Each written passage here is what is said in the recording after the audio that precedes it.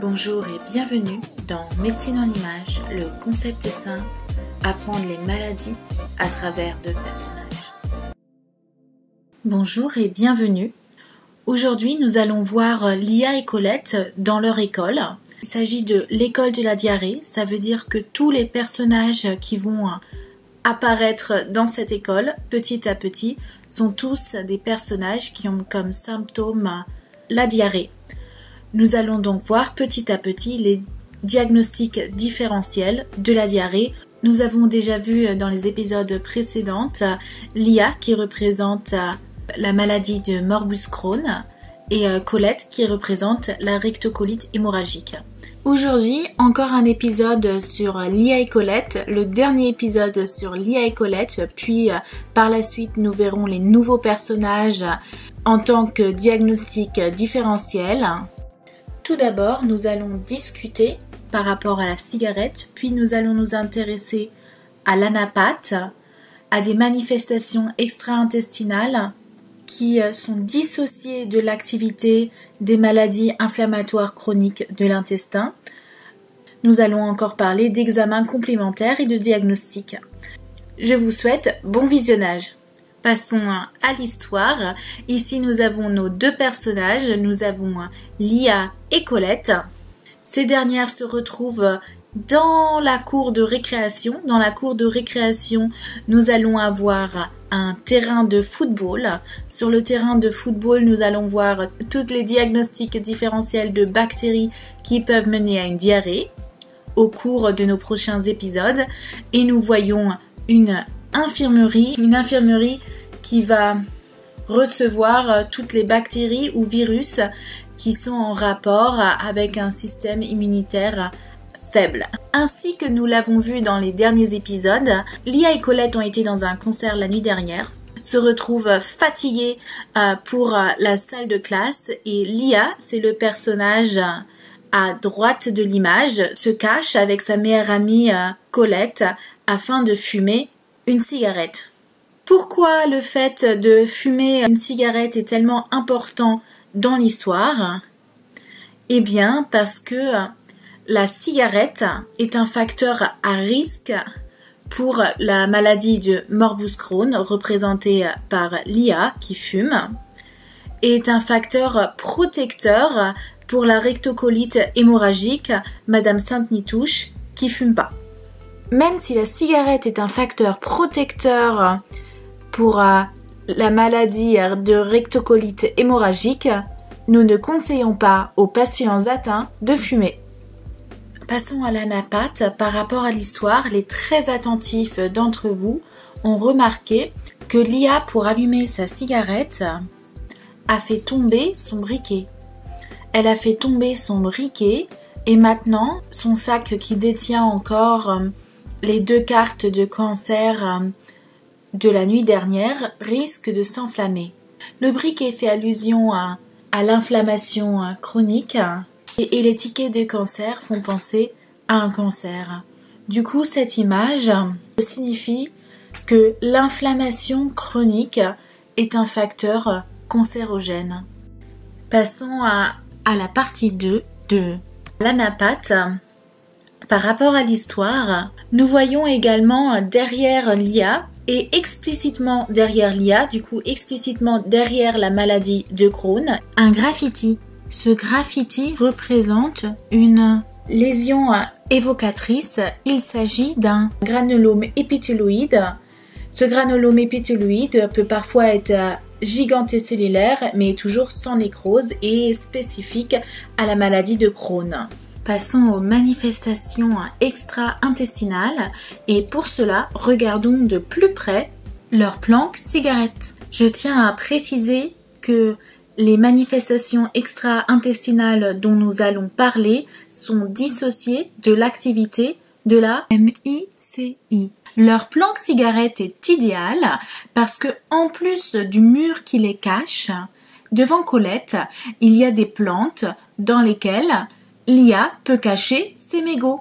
La plante devant Colette ressemble étrangement à la bile avec ses voies biliaires. Cette plante représente la cholangite sclérosante primitive. La cholangite sclérosante primitive est une maladie caractérisée par une atteinte inflammatoire, idiopathique et fibrisante des voies biliaires intra- et ou extra-hépatiques. Et la rectocolite hémorragique a une association fréquente avec cette colite sclérosante primitive. C'est pour ça que cette plante est le plus proche de Colette.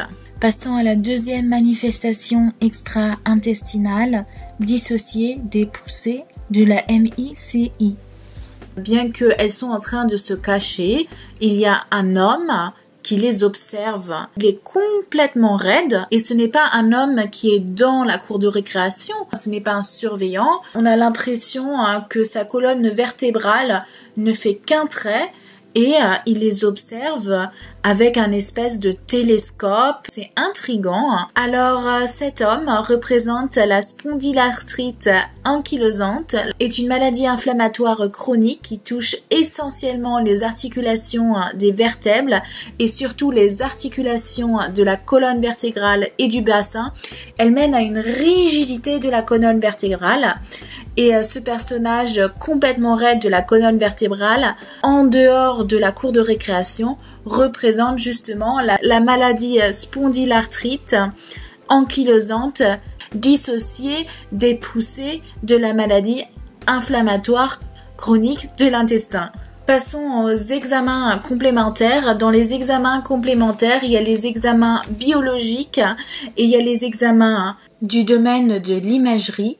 Commençons par la biologie. Il y a quelque chose de dégoûtant qui se passe derrière Lia et Colette, deux enfants qui jouent avec une crotte de chien et un des enfants tente de protéger cette crotte de chien et que l'autre tente de la ramasser. Bref, c'est dégoûtant, mais en tout cas, Lia et Colette sont un peu angoissées parce que cela pourrait attirer un surveillant vers eux puisque ces enfants jouent exactement derrière leur mur. En résumant, dans les tests biologiques, ce qui est important de mesurer, c'est la calprotectine fécale. Les enfants qui essayent de protéger la matière fécale, calprotectine fécale, et c'est le marqueur le plus sensible de l'inflammation intestinale, quelle qu'en soit la cause, et ça permet d'éliminer une maladie inflammatoire chronique de l'intestin si le taux est bas et de faire un diagnostic différentiel, par exemple avec le syndrome de l'intestin irritable, un personnage que nous allons également découvrir dans cette cour de récréation dans un prochain épisode. Bien sûr, dans la biologie, il faut en mesurer des paramètres tels que la C-réactive protéine pour l'élévation variable dans les poussées, pour une poussée inflammatoire qui peut avoir d'une hyperleucocytose. Bien sûr, il faut contrôler l'anémie, une hypoalbuminémie, mais je voulais maintenant représenter la calprotectine fécale comme marqueur le plus sensible. Passons à l'imagerie. Dans la imagerie, l'examen de première intention en dehors de complications aiguës, par exemple le risque de cholectasie chez Colette. Le numéro 1 est de faire une iléoscopie digestive et c'est ce que tient d'ailleurs l'homme raide qui observe Colette et Lia par son télescope pour endoscope.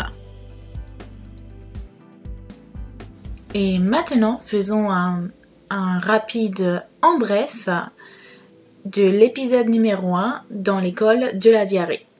Nous avons vu la cigarette facteur à risque pour Lia et facteur protectif pour Colette. Ensuite,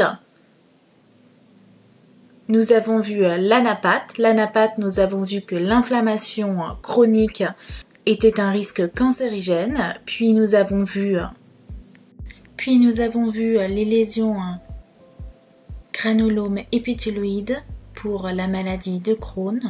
Ensuite, nous avons vu les manifestations extra-intestinales dissociées de la poussée de la maladie en tant que cholangite sclérosante primitive ainsi que spondylarthrite ankylosante. Puis nous avons vu les examens complémentaires tels que la calprotectine et l'endoscopie. Et un petit teaser pour la semaine prochaine. Yersinia va rentrer dans la cour de récréation. Un grand merci pour avoir visionné cette vidéo.